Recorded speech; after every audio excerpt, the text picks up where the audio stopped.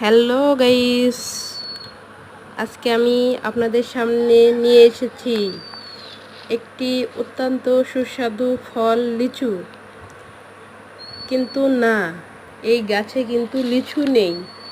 লিচু ভাঙার পরে গাছের কি অবস্থা হয় আমি আপনাদেরকে সেটাই দেখাচ্ছি বন্ধুরা।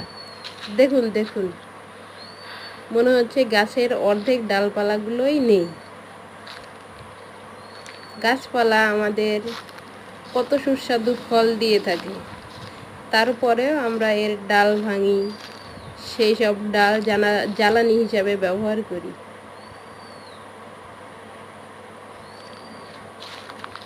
দেখুন গাছগুলোকে কত অসহায় মনে হচ্ছে।